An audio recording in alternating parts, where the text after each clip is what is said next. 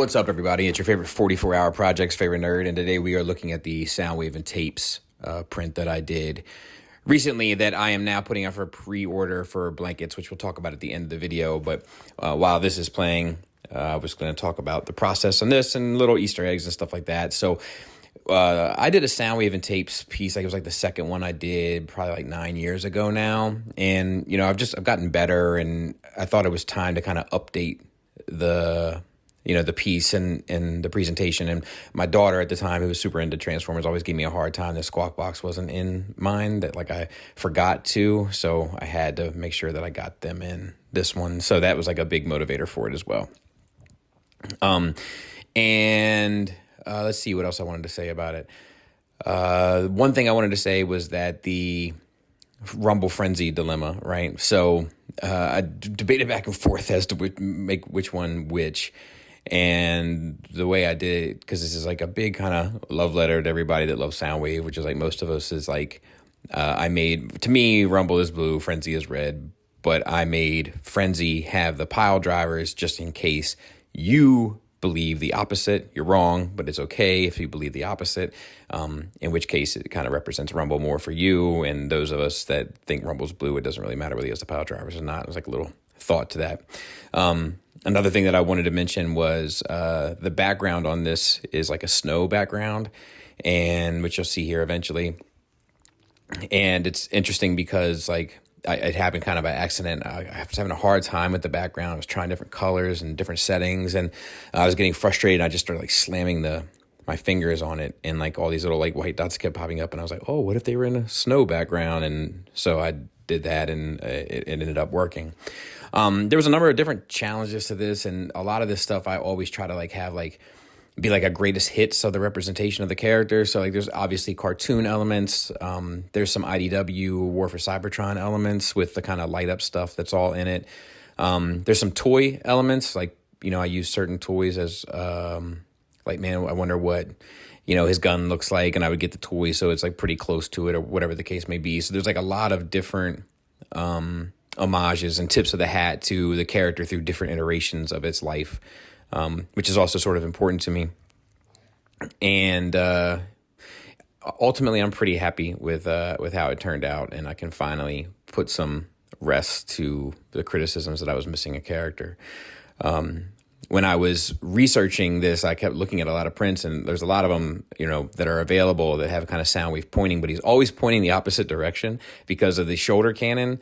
And I was like, well, I want to have mine be different. So I made him point the same direction as the shoulder cannon, and I just moved the shoulder cannon like at an angle so that I could do it and be the only one with it. So it's not easy to come by. It was not easy to get the layout right, to kind of like fill the space and give each character their kind of ample room, you know, and make sure that they all had their kind of moment to shine and kind of cool things going on. Like, I tried to do different things and show off different aspects when like the characters share like the same body, like Buzzsaw and Laserbeak or Rumble and Frenzy. You know, I've done Ravage a number of times, and oftentimes he's jumping. So like I kind of carried that through. There's a lot of like little Easter eggs for me and sort of, you know, my history with drawing these characters that I wanted to kind of capture. And obviously all of this is to give you guys the opportunity to get a blanket, either a Sherpa or a woven blanket, that I will show a bit about at the end of this video, as I stated. The whole thing took me 44 hours, and this is sped up at 4 times the speed to make it about 5 minutes. I'm not the fastest, and it takes me a long time to kind of get things right, but I am kind of happy with the end result, which I'm not often.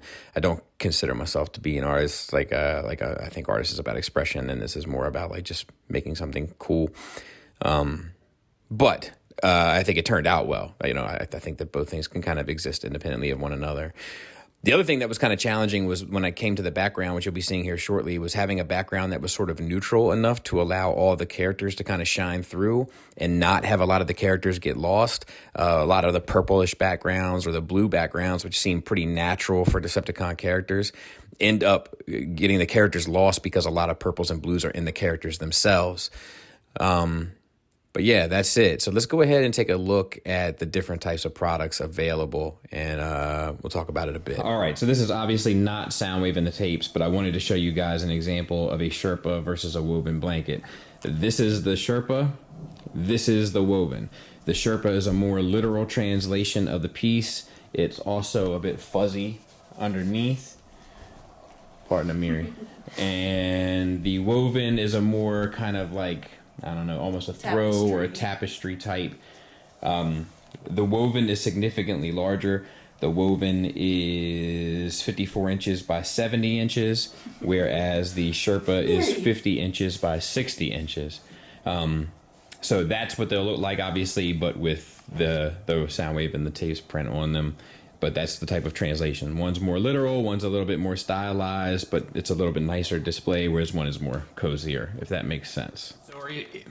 So if you were at all interested in this piece on either one of the blanket styles, all you have to do is contact me, Bobby Skullface at gmail.com, between now and December 10th. That's approximately 2 weeks, which allows for payday, depending on what paid cycle you're on, and time to get it together. I've already ordered a few in the hopes that people will buy some, so hopefully I can get out at least the first couple to folks before Christmas. My goal is to get everybody's before Christmas, but obviously I can't guarantee that based on the tightness of the deadline being December 10th. But I do have some already en route to me, so the first handful of orders will definitely get theirs before Christmas, or the holidays, I suppose I should say. Plus, quick reminder, everything that we do here at the end of the year, we make a donation to a charitable cause, usually for first responders of some sort. I don't know exactly what the cause will be this year, but I will announce it before the end of the year. So like I said, if you're interested, just hit me up via email. I'll send you all the details and we'll go from there. Thanks for listening. Thanks for watching. Until next time, take care.